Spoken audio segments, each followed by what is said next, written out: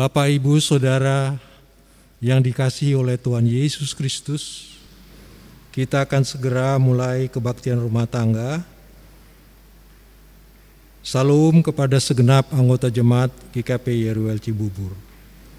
Kebaktian rumah tangga jemaat GKP YRWL Cibubur ini adalah persembahan yang harum bagi Allah Bapa, pencipta langit dan bumi, dan hanya terjadi dalam nama Yesus Kristus.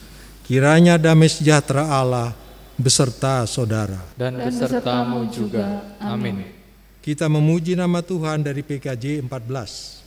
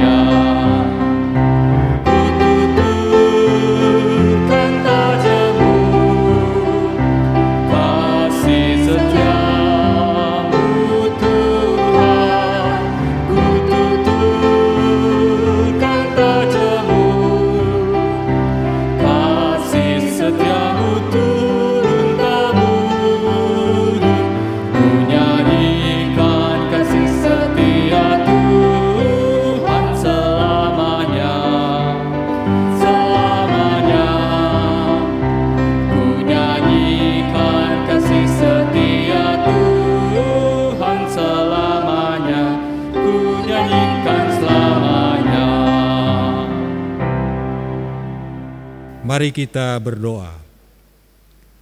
Tuhan Allah, Bapa kami yang bertata dalam kerajaan surga, Bapa, di dalam nama Yesus Kristus, kami datang ke hadirat-Mu mengucapkan syukur dan terima kasih ya Tuhan, karena Tuhan telah memberikan waktu yang indah bagi kami bersekutu dalam kebaktian rumah tangga. Terima kasih ya Tuhan atas penyertaan-Mu di waktu-waktu yang lalu bagi kami sekalian. Meskipun mungkin dalam menjalani hari-hari itu, ada suka dan duka yang kami alami. Namun kami yakin dan percaya Tuhan, Tuhan senantiasa setia memimpin setiap langkah hidup kami. Bapa di surga, kami akan membaca sebagian dari firman-Mu. Kiranya Roh-Mu yang kudus akan beserta dengan kami, pribadi lepas pribadi, sehingga pembacaan firman-Mu akan meresap dalam kehidupan kami, tubuh dan jiwa kami, yang akan kami gunakan untuk suluh dan pedoman di sepanjang perjalanan hidup kami masing-masing. Ampuni kami akan salah dan dosa kami, hanya di dalam nama Yesus Kristus, Tuhan dan Juru Selamat kami yang hidup, kami berdoa ke hadirat-Mu. Amin. Bapak, Ibu, saudara-saudara sekalian yang dikasihi oleh Tuhan Yesus Kristus, pembacaan Alkitab terambil dari surat Efesus pasal 4 ayat 17 sampai dengan 25 dan dilanjutkan dengan pasal 5 ayat 1 sampai dengan 2. Saya akan membaca firman Tuhan untuk kita sekalian. Sebab itu kukatakan dan kutegaskan ini kepadamu di dalam Tuhan, jangan hidup lagi sama seperti orang-orang yang tidak mengenal Allah dengan pikirannya yang sia-sia dan pengertiannya yang gelap, jauh dari hidup persekutuan dengan Allah, karena kebodohan yang ada di dalam mereka dan karena kedegilan hati mereka. Perasaan mereka telah tumpul sehingga mereka menyerahkan diri kepada hawa nafsu dan mengerjakan dengan serakah segala macam kecemaran. Tetapi kamu bukan demikian. Kamu telah belajar mengenal Kristus karena kamu telah mendengar tentang Dia dan menerima pengajaran di dalam Dia menurut kebenaran yang nyata dalam Yesus, yaitu bahwa kamu berhubung dengan kehidupan kamu yang dahulu harus menanggalkan manusia lama yang menemui kebinasaannya oleh nafsunya yang menyesatkan, supaya kamu dibaharui di dalam roh dan pikiranmu, dan mengenakan manusia baru yang telah diciptakan menurut kehendak Allah di dalam kebenaran dan kekudusan yang sesungguhnya. Karena itu buanglah dusta dan berkatalah benar seorang kepada yang lain, karena kita adalah sesama anggota. Sebab itu jadilah penurut-penurut Allah, seperti anak-anak yang kekasih, dan hiduplah di dalam kasih, sebagaimana Kristus Yesus juga telah mengasihi kamu, dan telah menyerahkan dirinya untuk kita sebagai persembahan dan korban yang harum bagi Allah. Yang berbahagia ialah mereka yang mendengarkan firman Allah dan yang memeliharanya. Haleluya.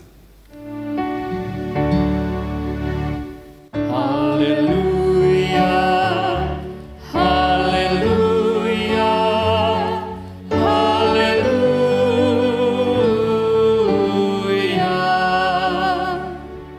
Baik Bapak Ibu sekalian, saudara-saudara yang saya kasihi dalam Yesus Kristus, kita akan mulai membahas bahan yang sudah disiapkan dengan keterangan tambahan yang akan saya sampaikan. Saya mulai dari paragraf pertama dan kedua. Alkisah ada seorang yang sangat kaya raya jatuh sakit. Banyak tabib sudah datang untuk mengobatinya. Namun tidak ada satupun yang berhasil, malah sakitnya semakin parah. Kemudian datanglah tabib terakhir. Sang tabib berkata dengan lembut kepadanya, dan mengungkapkan bahwa sumber sakitnya terletak pada matanya. Dari mata sebelah kanan memengaruhi seluruh tubuh sampai pada perutnya. Apa yang ia lihat berdampak pada kesehatannya. Untuk bisa memperbaiki matanya, ia harus konsentrasi hanya pada satu warna, yaitu warna hijau. Sang tabib menyarankan agar orang kaya itu tidak membiarkan matanya melihat warna lain selain warna hijau. Orang kaya itu akhirnya memanggil sekelompok pelukis dan tukang bangunan, lalu membeli ratusan kaleng cat berwarna hijau untuk mereka mengecat semua benda atau makhluk yang akan ia lewati atau temui. Setelah beberapa hari, sang tabib kembali untuk menemuinya. Dan karena tabib itu menggunakan pakaian warna merah, ia pun disiram cat agar terlihat menjadi berwarna hijau. Mata sang tabib memandang semua yang ada di kamar orang kaya itu, dan semua termasuk perabotan emas menjadi berwarna hijau. Bukan marah karena mendapat siraman cat berwarna hijau. Ia justru tertawa dan berkata, "Kalau saja Anda membeli kacamata hijau yang harganya tidak terlalu mahal, Anda bisa menyelamatkan tembok, pohon, kursi, dan semua kekayaan Anda. Anda tidak bisa mengecat dunia menjadi warna hijau." Kisah orang kaya dan warna hijau di atas menggambarkan sifat sebagian besar manusia. Banyak orang ingin menjadi lebih baik, namun mereka fokus dan tergantung pada hal-hal di luar dirinya, sehingga bukan mengubah diri sendiri, tetapi malah mengubah orang lain. Mereka lupa ada hal yang lebih penting, yakni mengubah diri mereka sendiri. Dan sebagai orang percaya, kita diingatkan oleh surat Rasul Paulus kepada jemaat di Efesus mengenai perubahan diri menjadi manusia baru di dalam Tuhan. Bapak, Ibu, saudara-saudara sekalian, ilustrasi pada paragraf 1 dan 2 menjadi contoh yang sangat baik bagi kita anak-anak Tuhan, orang-orang percaya, bahwa pola pikir yang negatif dan kebiasaan dalam bertindak tanpa memikirkan secara matang baik dan buruknya, keputusan yang akan diambil dalam menjalani kehidupan berpotensi mengakibatkan dampak buruk dan kerugian bagi diri sendiri.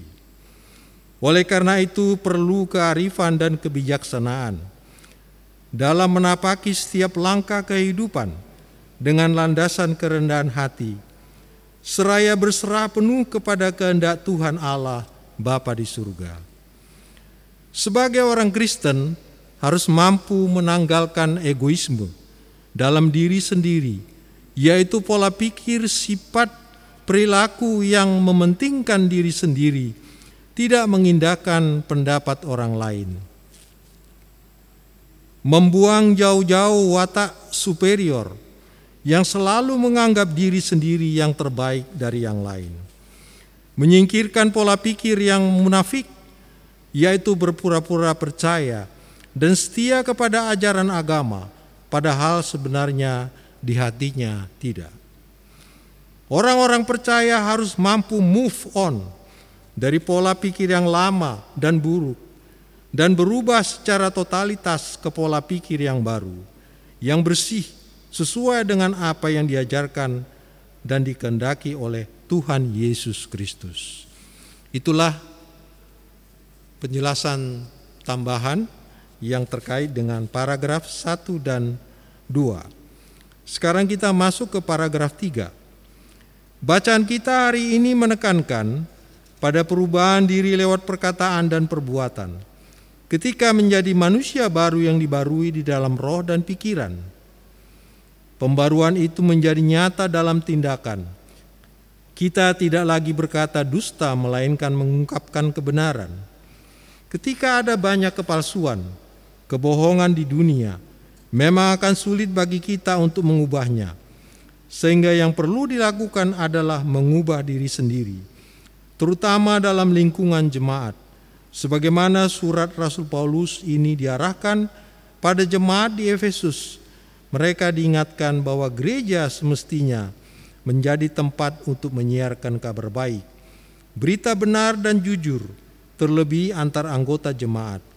Semuanya karena hidup orang percaya dituntun oleh kuasa Roh Kudus, sebab perubahan membutuhkan proses.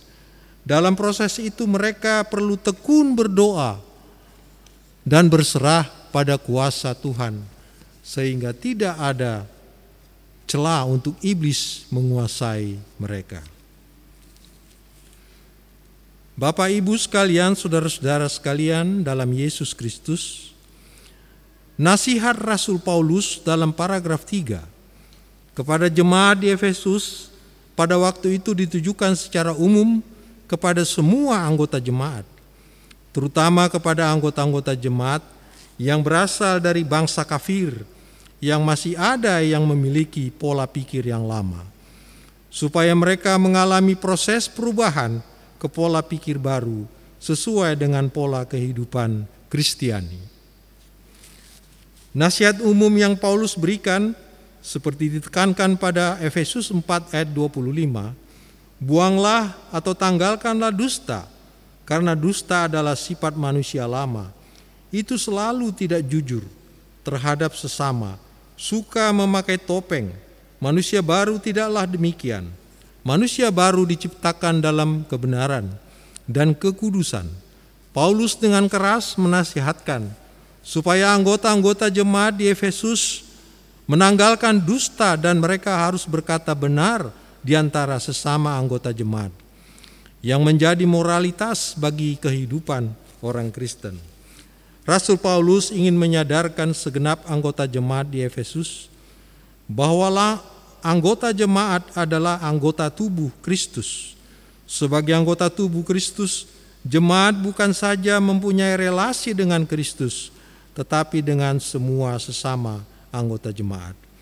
Karena jemaat adalah merupakan suatu persekutuan kasih yang saling melayani dan bertanggung jawab satu sama lain. Kemudian kita masuk pada paragraf 4. Celah yang paling mudah bagi iblis menguasai adalah ketika kita belajar dan berusaha untuk berubah sementara kita memandang bahwa orang lain tidak melakukan hal yang sama. Kemudian kita emosi dan menjadi marah. Itu sebabnya jika kita kesal, jangan dibiarkan berlarut-larut, menumpuk menjadi dendam dan amarah. Dalam teks Yunani, kata yang diterjemahkan oleh Lembaga Alkitab Indonesia dengan amarah adalah kata parorgismos. Kata ini hanya satu kali dipakai dan berdampak pada masa depan atau future. Kata ini mengacu pada kemarahan yang disertai jengkel dan geram. Seseorang yang ada pada posisi ini bisa menunjukkan senyuman, tapi dalam hatinya menyimpan kegeraman, karena sudah bersifat dendam atau marah, yang ditahan dan akan dapat meluap suatu hari nanti. Ketika marah atau sampai pada amarah, perkataan kotor dapat keluar dari mulut, sehingga jemaat juga diingatkan untuk memakai perkataan yang baik, yang tujuannya untuk membangun pribadi orang lain dan mereka mendengarnya mendapat kasih karunia. Bapak Ibu sekalian, saudara-saudara, dalam paragraf 4 ini lebih ditekankan bahwa dusta berhubungan erat dengan amarah. Kalau anggota-anggota jemaat tidak jujur antara satu sama lain dan terus saling mendustai, maka akan timbul curiga, amarah, dan lain-lain di antara sesama anggota jemaat. Mengingat bahaya itulah, maka Rasul Paulus menasihati jemaat di Efesus supaya mereka jangan berdosa dalam amarah mereka. Karena amarah yang terus berlangsung itu berbahaya bagi persekutuan jemaat. Amarah itu memberikan ruang dan kesempatan kepada iblis untuk melakukan pekerjaan yang jahat. Karena itu Rasul Paulus menasihati mereka supaya mereka memadamkan amarah sebelum matahari terbenam. Kita masuk dalam paragraf 5. Mengenai perbuatan, Rasul Paulus menekankan mengenai kerja. Lebih baik bekerja keras dan melakukan pekerjaan yang baik daripada mencuri. Mereka yang dulu terbiasa untuk mencuri perlu belajar untuk mengubah kebiasaannya itu dan menjadi manusia baru yang mau bekerja keras dan benar agar ia diberkati dan dapat menjadi berkat bagi orang lain yang membutuhkan. Seluruh perubahan sikap lewat perkataan dan perbuatan perlu ditunjukkan secara nyata agar kita tidak mendukakan Roh Kudus yang telah menuntun kita sejak kita percaya dan menyerahkan hidup kita pada Tuhan Yesus. Hidup kita perlu ditunjukkan sebagai penurut-penurut Allah. Artinya kita seperti anak yang penurut kepada Allah yang mengasihi kita dan memberi banyak hal pada kita. Kita diminta untuk meneladani Yesus yang telah menunjukkan sikapnya yang setia pada kehendak Bapa hingga mau berkorban bagi manusia dan mati di kayu salib. Jangan-jangan selama ini kita lebih sering memberontak daripada menuruti kehendak Allah Bapa. Bapak Ibu sekalian, saudara-saudara dalam Yesus Kristus, dalam paragraf 5 ini dari amarah Paulus berpindah ke bidang lain, yaitu perbuatan buruk lain, yaitu pencurian. Tampaknya pada waktu itu masih banyak terdapat perbuatan jahat pencurian dalam kehidupan jemaat di Efesus. Nasihat ini berlaku secara universal, baik terhadap hamba-hamba yang miskin, yang karena kemiskinannya melakukan perbuatan mencuri, maupun terhadap mereka yang berkuasa dan kaya, yang suka mengambil yang bukan haknya. Dengan perkataan lain, perbuatan jahat harus dibuang jauh-jauh dari kehidupan karena bertentangan dengan status dan panggilan sebagai manusia baru. Rasul Paulus menekankan supaya mereka bekerja keras dan melakukan pekerjaan yang baik dengan tangan mereka sendiri. Menjadi manusia baru tidak berarti duduk bermalas-malasan, tetapi harus bekerja keras untuk memperoleh yang dibutuhkan dengan jujur dan cara yang terhormat. Lebih jauh Rasul Paulus memberikan nasihat kepada semua jemaat di Efesus supaya mereka menjadi penurut-penurut Allah. Mereka harus menjadi penurut-penurut Allah, karena pada dasarnya mereka telah dikasihi oleh Allah dalam Kristus. Jemaat adalah anak-anak yang kekasih. Karena itu jemaat harus taat dan setia kepada Allah, meneladani Kristus dan melakukan kehendaknya dalam seluruh realitas kehidupan secara konkret. Kita masuk pada paragraf terakhir, yaitu paragraf 6. Sebagai umat Tuhan yang terhimpun dalam Gereja Kristen Pasundan, kita diingatkan bahwa kita hidup di wilayah Jawa bagian Barat atau tanah Pasundan. Jumlah anggota jemaat memang tidak sebesar sinode gereja lain yang kemudian muncul di wilayah ini. Namun demikian kita perlu terus mempertahankan dan menunjukkan sikap hidup yang selaras dengan perubahan sebagai manusia baru dalam Yesus Kristus. Sebab bila kita mau mengubah diri sendiri daripada mengubah orang lain, kita tentu tergolong sebagai penurut-penurut Allah, karena kita mau menjadi anak-anak yang menuruti kehendak Bapanya. Bapak, Ibu, saudara-saudara sekalian, kita semua anggota jemaat sebagai penurut-penurut Allah haruslah mempraktekkan pola kasih Kristus dalam kehidupan secara real dan konkret, sebagaimana ajuran Rasul Paulus, supaya kita mempraktekkan prinsip mengasihi dan mengampuni sesama. Terpujilah Tuhan Yesus Kristus, kekal selama-lamanya. Tuhan Yesus Kristus memberkati kita sekalian. Amin.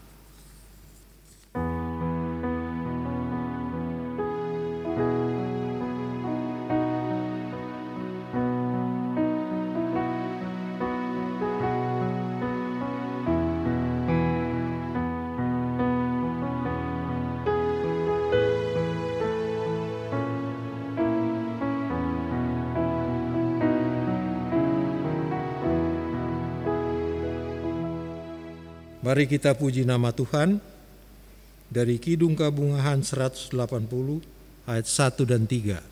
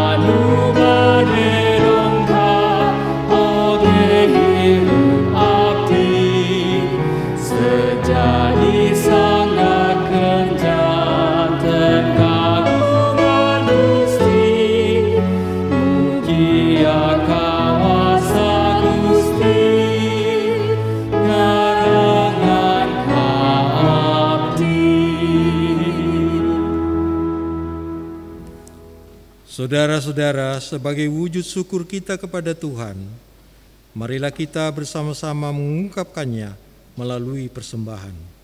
Dengan dilandasi firman Tuhan dari surat 1 Tesalonika 5 ayat 18 yang berkata, "Mengucap syukurlah dalam segala hal, sebab itulah yang dikehendaki Allah di dalam Kristus Yesus bagi kamu." Persembahan diiringi dengan nyanyian jemaat PKJ 149 ayat 1 dan 2.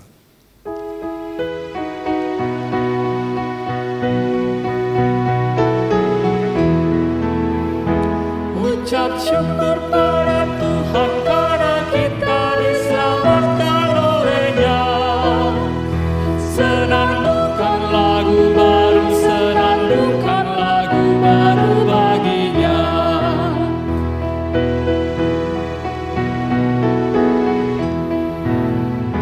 Nyanyikanlah dengan riang karena kasih setia Tuhan, nyanyilah. Senandungkan lagu baru, senandungkan lagu baru bagi-Nya.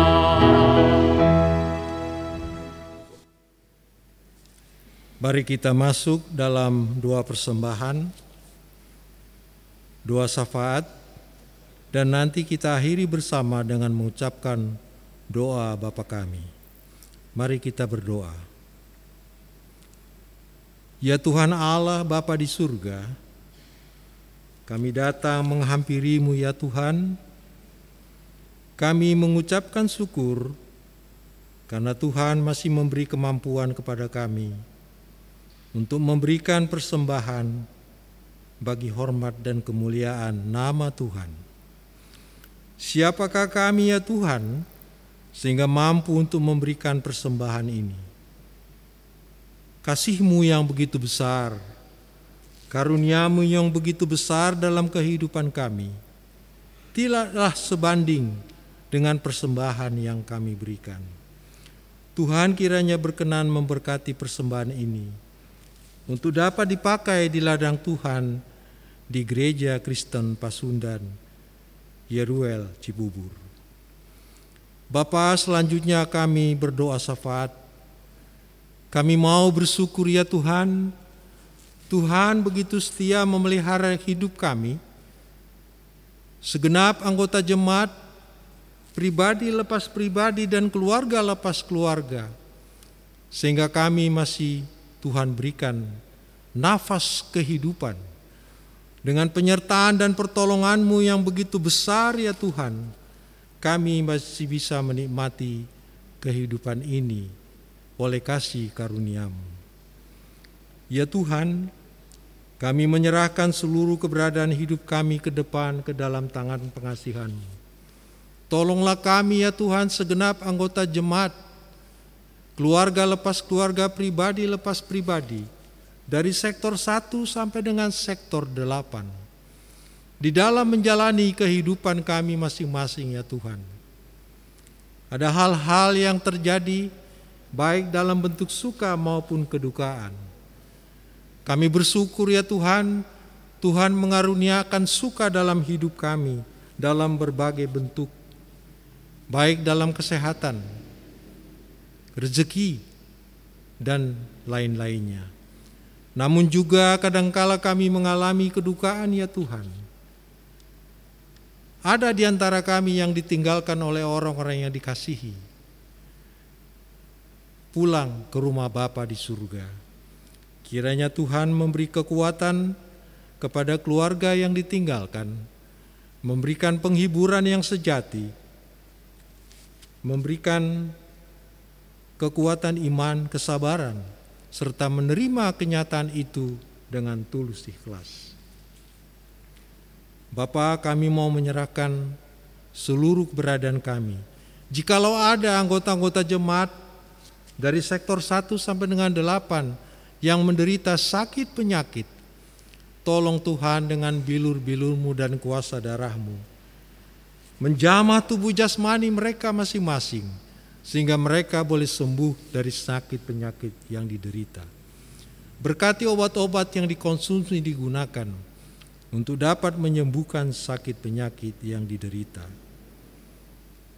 Jikalau ada di antara anggota jemaat yang belum menggapai cita-citanya, Tuhan memberkati sehingga dapat tercapai ya Tuhan. Bagi jemaat yang merindukan segala sesuatu dalam kehidupan ini, mungkin ada yang merindukan untuk memiliki rumah sendiri, untuk mendapatkan jodoh, untuk sukses dalam pendidikannya, Tuhan memberkati. Selanjutnya Tuhan, kami mau menyerahkan seluruh kehidupan kami, pribadi lepas pribadi, keluarga lepas keluarga, segenap anggota jemaat GKP Royal Cibubur ke dalam tangan pengasihan-Mu. Tolong bimbing dan pimpin kami senantiasa dalam menjalani kehidupan ini ya Tuhan. Sebentar kami akan pulang ya Tuhan, meninggalkan rumah-Mu ini, meninggalkan tempat kebaktian ini Tuhan. Kiranya Tuhan akan menyertai kami dalam perjalanan hingga kami dapat tiba dengan selamat di rumah kami masing-masing.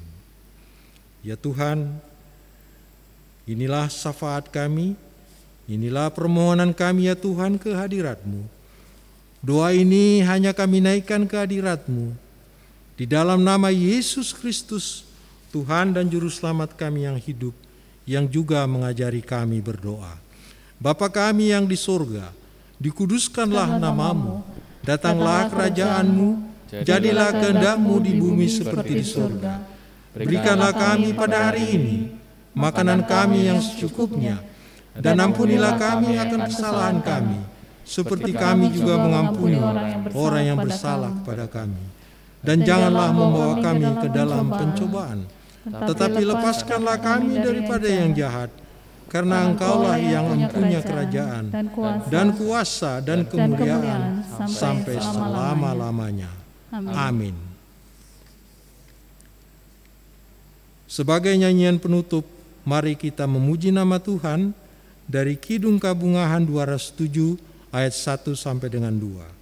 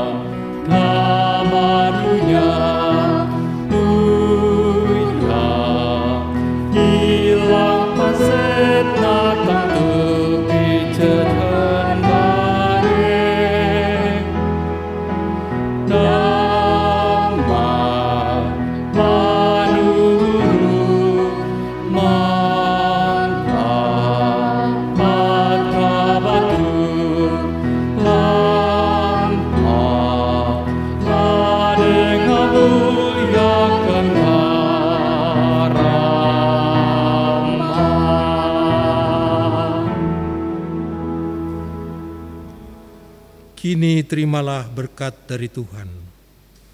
Kasih karunia Tuhan Yesus Kristus, damai sejahtera Allah Bapa di dalam persekutuan Roh Kudus, kiranya menyertai saudara-saudara sekalian. Amin.